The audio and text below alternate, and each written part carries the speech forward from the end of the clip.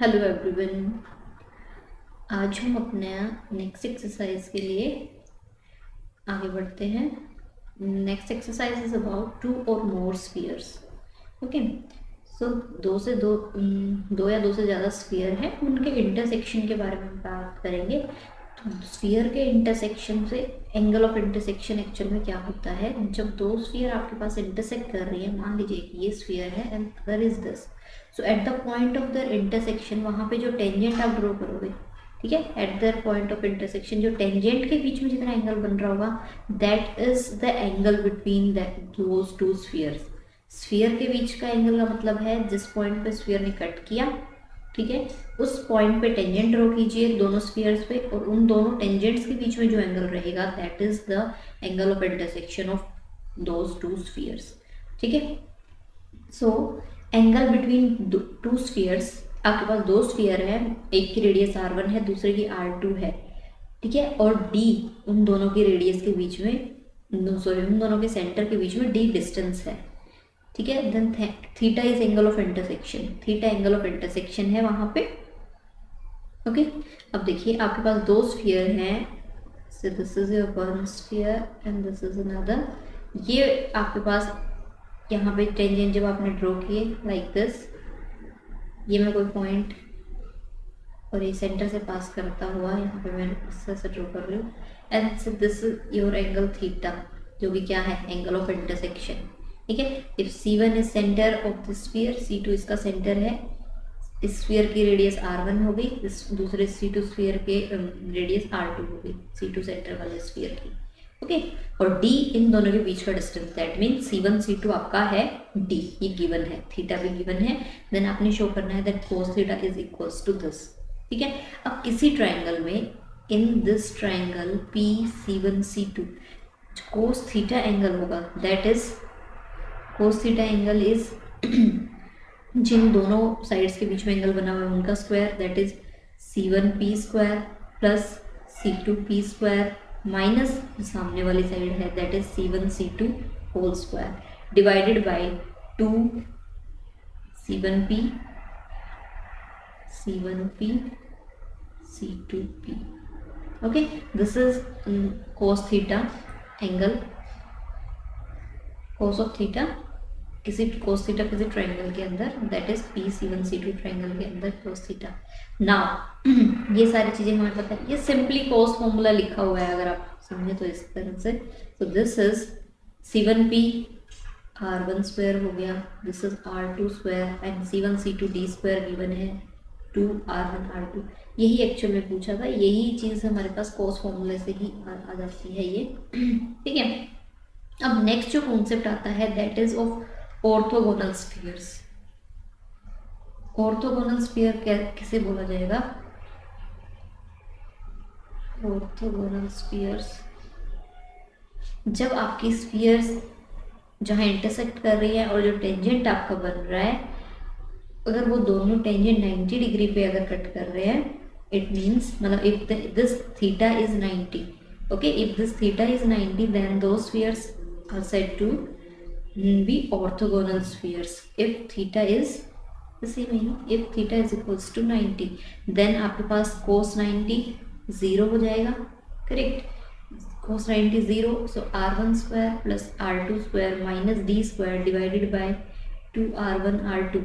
so ये क्या imply कर देगा आपके पास, r1 square plus r2 square is equals to d square। अगर आपके पास दो स्फीयर गिवन है, इंटरसेक्टिंग स्फीयर्स आपके पास गिवन है, ओके, और अगर वो ये कंडीशन सेटिस्फाई कर रहे हैं सच दैट कि फर्स्ट की रेडियस का स्क्वायर सेकंड की रेडियस का स्क्वायर दोनों का सम, अगर वो उन दोनों के डिस्टेंस के बीच, उन दोनों के बीच के डिस्टेंस के स्क्वायर के इक्वल आ रहा है, तो इट मीन्स वो दोनों स्फीयर क्या कर रही हैं, ऑर्थोगोनली कट कर रही हैं, ये इंप्लाई करेगी वो चीज़। ओके, अब आपके पास एक हमने कंडीशन देखनी है कि आपके पास दो स्फीयर गिवन है और ऑर्थोगोनली कट करते हैं वो दोनों स्फीयर, तो क्या कंडीशन आएगी।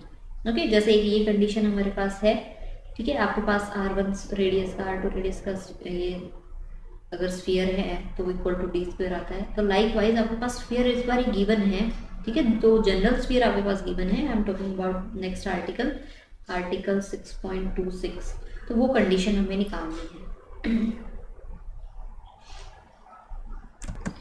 सो ये स्टेटमेंट है कि आपके पास दीज टू स्फीयर्स ये गिवन है, स्फीयर 1 और ये स्फीयर 2, ये दो स्फीयर गिवन है और ये ऑर्थोगोनली कट करेंगे, तो इसके लिए कंडीशन हमें देखनी है।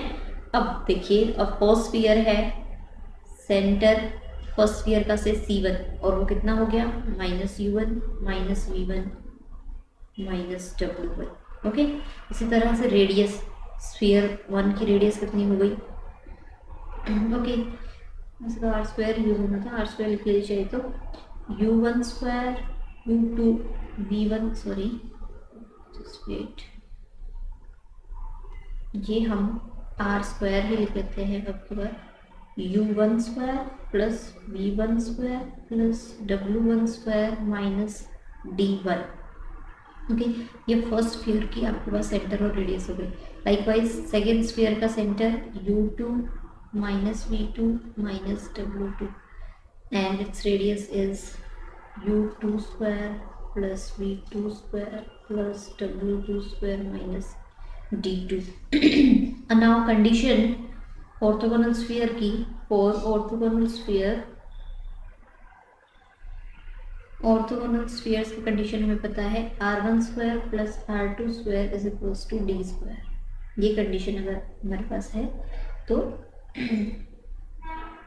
ओके, डी स्क्वायर है क्या, ये डी, ये वाला डी इस तरह से जो कांस्टेंट लिखा होता है जनरल इक्वेशन ऑफ स्फीयर में, वो डी नहीं सोचना है। This is distance between the centre of two spheres, okay. Now R1 square is U1 square V1 square W1 square minus D1 plus U2 square V2 square W2 square minus D2 is equals to D। तो ये दोनों centre के बीच का distance है, ठीक है। So first thing is minus U1 plus U2 whole square minus V1 plus V2 whole square minus W1 plus W2 whole square, ये आपके पास डिस्टेंस आ गया है, ठीक है। इसे सिंप्लीफाई करने के बाद हमारे पास बचता है जो 2U1 U2 2V1 V2 2W1 W2 is equals to D1 plus D2. This is your condition। आपके पास जब इस तरह से स्फीयर गिवन है, दो जनरल स्फीयर आपके पास गिवन है, then the condition of orthogonality की, वो दोनों स्फीयर ऑर्थोगोनली कट कर रहे हैं या नहीं, तो आपने ये चीज़ वहाँ पे सेटिस्फाई होनी चाहिए, ओके।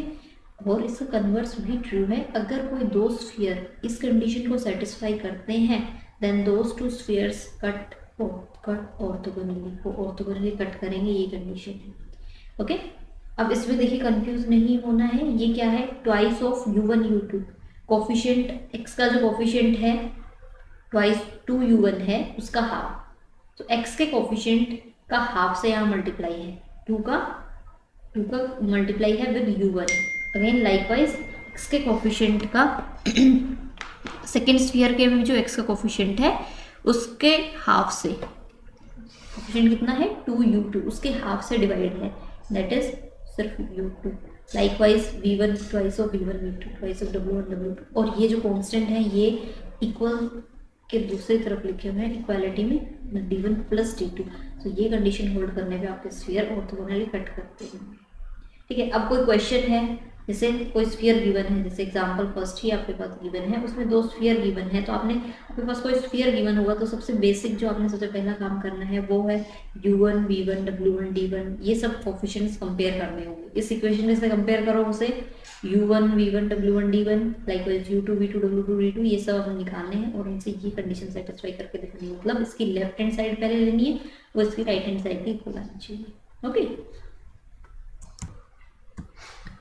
नेक्स्ट देखिए, हमारे पास ये प्रॉब्लम है, इक्वेशन ऑफ स्फीयर हमें निकालनी है जो एक प्लेन को टच करती है, एंड द प्लेन भी आपके पास गिवन है और किस पॉइंट पे टच करती है वो पॉइंट भी गिवन है, 1 - 2 1 is the point, and this plane is 3x + 2y - z + 2 is equals to 0। इस प्लेन को ये स्फीयर टच करती है, इसी स्फीयर की हमें इक्वेशन निकालनी है, स्फीयर की, ओके। और ये एक और स्फीयर को ऑर्थोगोनली कट कर रही है, ठीक है। तो उस स्फीयर की इक्वेशन ये है, दिस इज द स्फीयर, इसे ऑर्थोगोनली कट कर रही है, तो इस स्फीयर की रिक्वायर्ड, जो ये स्फीयर रिक्वायर्ड है, इसकी हमें इक्वेशन निकालनी है। ओके, अब जो हमें इक्वेशन निकालनी है जिस स्फीयर की, हम उसके लिए जनरल इक्वेशन कंसिडर कर लेते हैं. Let the equation of required sphere be square plus y square plus z square plus 2ux plus 2vy plus 2wz plus d is equals to 0. So अभी क्या करना हुआ हमें, u v w और d की अगर हम वैल्यू निकाल देते हैं, ठीक है, तो वो हमारे पास क्या बन जाएगा, ये रिक्वायर्ड इक्वेशन स्फीयर की आ जाएगी. ठीक है, u v w d, ये 4 हमें वेरिएबल्स चाहिए. ओके, नाउ सी, अभी अगर आपके पास कोई पॉइंट दिया है 1 -2 1, तो उस पॉइंट पे इक्वेशन ऑफ टेंजेंट प्लेन, ये आपके पास स्फीयर है, इसके corresponding equation of tangent plane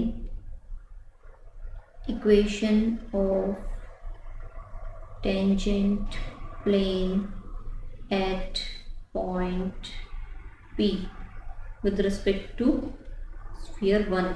ये स्फीयर जो 1 है, इसके रेस्पेक्ट में P पॉइंट के ऊपर अगर टेंजेंट लेना हो, तो देखिए x1 y1 z1 पॉइंट जब होता है x² plus y square plus z square equals to a square sphere पे, तो उसकी इक्वेशन कैसे लिखी जाती है, x1 plus y1 plus z1 equals to a square, like that. So उसी तरह से यहाँ पे x1 की जगह पे क्या दिया हुआ है, 1.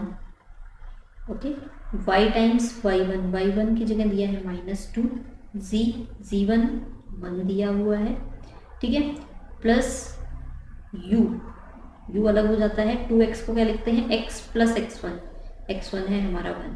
इसी तरह v अलग हो जाएगा, y plus y1, w z plus z1 plus d is equals to 0.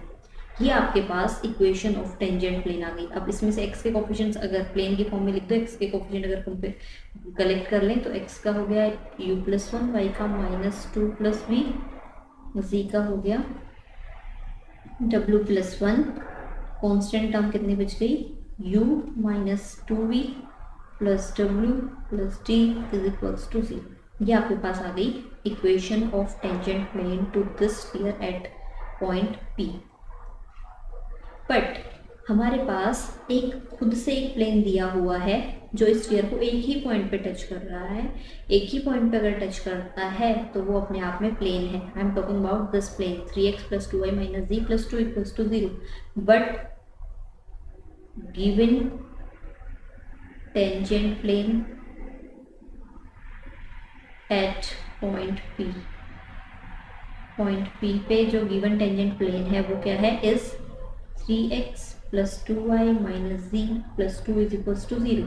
So actual में ये भी एक टेंजेंट प्लेन सेम उसी पॉइंट पे, ये भी एक टेंजेंट प्लेन है सेम उसी पॉइंट के ऊपर. इट मीन्स ये दोनों की इक्वेशन क्या होनी चाहिए, सेम ही होनी चाहिए. सो u प्लस 1, इन दोनों का रेशियो भी सेम होना चाहिए. u plus 1/3 minus 2 plus v by 2, w plus 1/-1 is equals to u minus 2v plus w plus d divided by 2. ये आपके पास ये रेशियो सेम होना चाहिए. और मान लीजिए it is equals to some k. Okay, so इन इक्वालिटीज की हेल्प से आप u v w d की देखो, u plus 1 divided by 3 is equals to k रखिए, वहाँ से u की वैल्यू आपको मिलेगी, u की वैल्यू हो गई 3k माइनस 1, ठीक है, u की वैल्यू हो गई 3k माइनस 1, v की वैल्यू हो गई है 2k प्लस 2, w की वैल्यू हमारे पास हो गई है, यहाँ से w की वैल्यू हमारे पास है -k माइनस 1 एंड d की value 2k minus u plus 2v minus w. Okay, ये हमारे पास u v w और d सभी एक ही वेरिएबल के अंदर एक ही अननोन के टर्म्स में लिखे गए, दैट इज k. ओके, ये u v w की वैल्यूज यहाँ पे डाल दोगे तो d भी आपका k की फॉर्म में आ जाएगा और वो कितना बन जाएगा, 4k प्लस 6. ये सारी values in terms of k आ गई. अब सिर्फ अगर हम k निकाल पाए तो हम क्या बता पाएंगे, वो स्फीयर की इक्वेशन निकाल पाएंगे, बिकॉज उससे हम u v w d चारों वेरिएबल बता पाएंगे. अब हम क्या, एक कंडीशन और गिवन है, दैट दिस रिक्वायर्ड स्फीयर 1 इस स्फीयर को ऑर्थोगोनली कट करता है. ठीक है, वन स्फीयर, दिस स्फीयर, इस स्फीयर को अगर मैं स्टार मार्क करूं, सो स्फीयर नंबर 1 स्टार स्फीयर को ऑर्थोगोनली कट करता है। अब ऑर्थोगोनल की कंडीशन अभी हमने देखी है, दैट इज 2u1 u2। तो वो सारे कोफिशिएंट्स हमने इन दोनों से कंपेयर करके निकालने हैं कि u1 u2, ठीक है, v1 v2 w1 w2 d1 d2 क्या है, वो सब दोनों इन दोनों इक्वेशन से कंपेयर करके निकालना है और फिर वो कंडीशन लगानी है। Now next is, now sphere 1 cuts orthogonally sphere star, so by condition of orthogonality,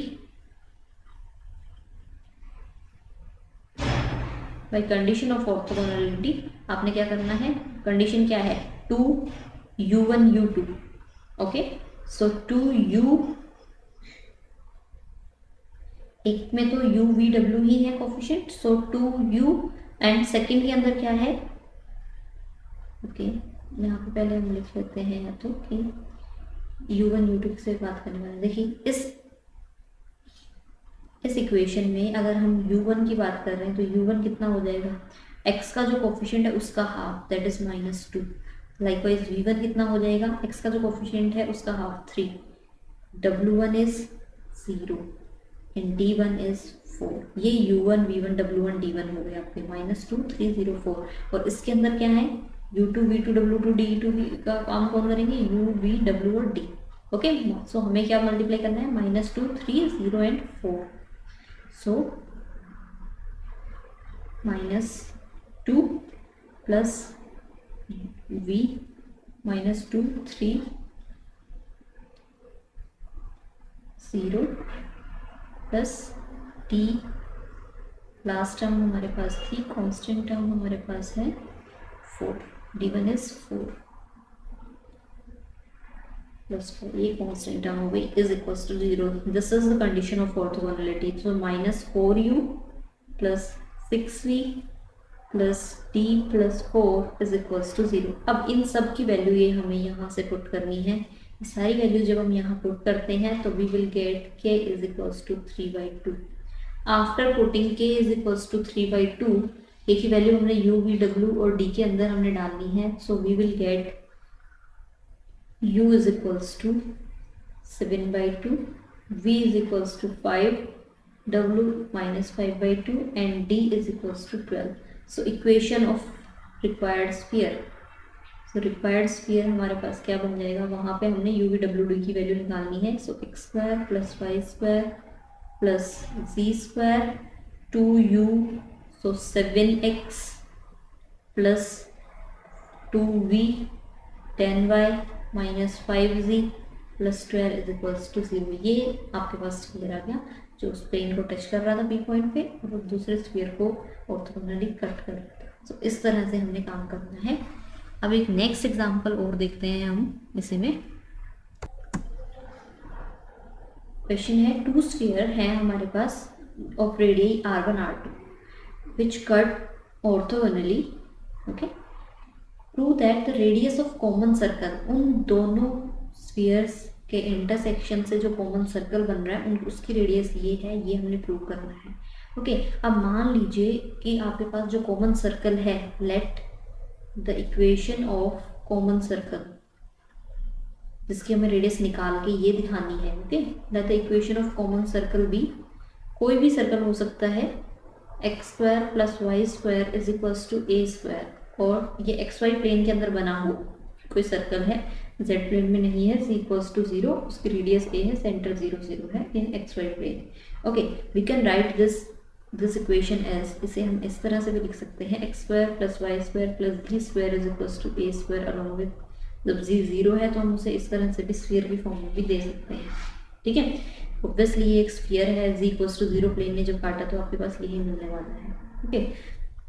अभी ये देखिए, ये जो हम इक्वेशन लिख रहे हैं, this along with this is an equation of common circle. अभी कॉमन सर्कल है तो पहले इसके पास कोई दो स्फीयर तो रहे होंगे ना जिनके इंटरसेक्शन से ये सर्कल बना, then equation of any two spheres, obviously वो दोनों स्फीयर इससे पास कर रहे होंगे।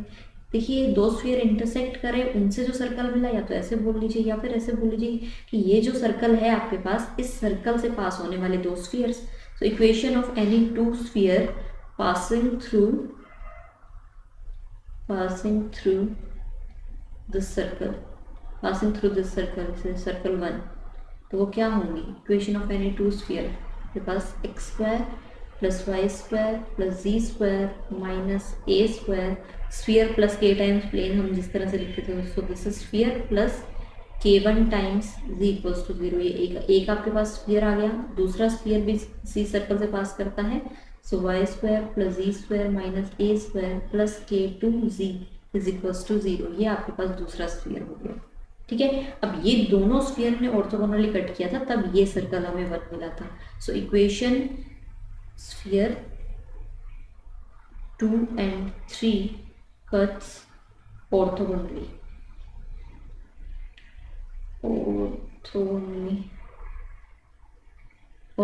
कट करता है, तब हमें स्फीयर मिलता है। और वो ऑर्थोगोनली कट करेगा तो हमने u1 u2 u1 v1 w1 d1 सब चाहिए।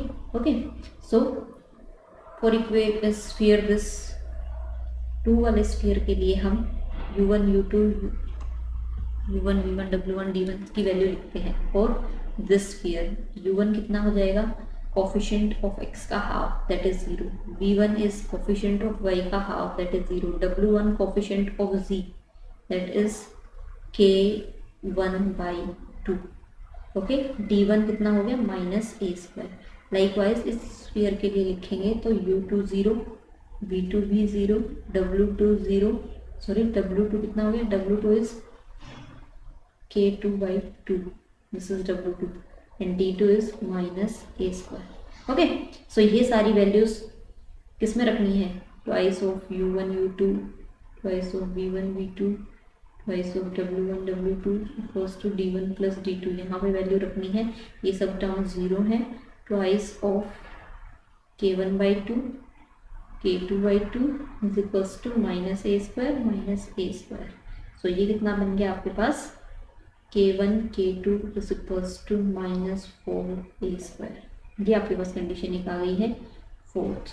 ओके, अब हमने क्या दिखाना है कि इन दोनों का वैल्यू क्या निकालनी है, आपने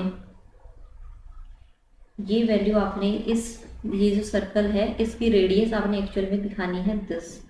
ठीक है, सो उसके लिए इन दोनों स्फीयर की रेडियस हम निकालेंगे और वो k1 k2 की वैल्यू यहाँ पे डाल के, सिर्फ हमें देखो ये जो हमारे पास रिलेशन आया है इसमें हमें k1 k2 की वैल्यूज अगर हम डाल देंगे तो k1 k2 की और a स्क्वायर की वैल्यू भी हमें, रेडियस है कितनी देखिए इसकी, रेडियस ऑफ कॉमन सर्कल, हम जो सर्कल मान के चल रहे हैं उसकी रेडियस a है। ठीक है, तो हमें लास्ट में करना क्या है, a की वैल्यू हमें चाहिए in terms of r1 r2, इस तरह की दिखना चाहिए, हमारा a इतना आना चाहिए। क्लियर, हमने a ये दिखाना है। तो अभी हमारा जो a आ रहा है, जो a स्क्वायर हमारे पास आ रहा है that is in terms of k1 k2, तो हमें k1 k2 में ना लेके उस वैल्यू को r1 r2 में दिखाना है। तो k1 k2 की वैल्यू अगर r1 r2 में आ जाएगी तो अपने आप हम a स्क्वायर को उस फॉर्म में दिखा देंगे ना। उस चीज़ के लिए अगर हम r1 माने, r1 इज से रेडियस ऑफ स्फीयर 1, ठीक है, रेडियस ऑफ स्फीयर, ओके, इस स्फीयर को नाम 2 देके रखा है। इस स्फीयर 2 स्फीयर की अगर हमने रेडियस निकालनी होगी तो वो कितनी हो जाएगी, कोफिशिएंट ऑफ x का square 0 plus k1 square by 4 minus of d, minus पहले है वहाँ से, तो ये हो गया। सो सेकेंड स्फीयर जो है उसकी वैल्यू हो गई k1 square by 4 plus a square. Likewise आपके पास दूसरे r2 किसकी है, radius of sphere 3, radius of sphere जिसे हमने 3 नाम दिया हुआ है, उस स्फीयर की रेडियस r2 और वो कितनी हो जाएगी k2 square by 4 plus a square. Okay, so ये आपके पास दोनों की रेडियस आ गई। ये r1 r2 और k1 k2 के बीच में रिलेशन आ गया है। ठीक है, सो हमारे पास यहाँ पे देखिए फ्रॉम दिस r1 स्क्वायर कर दीजिए तो कितना आ जाएगा k1 square by 4 plus a square.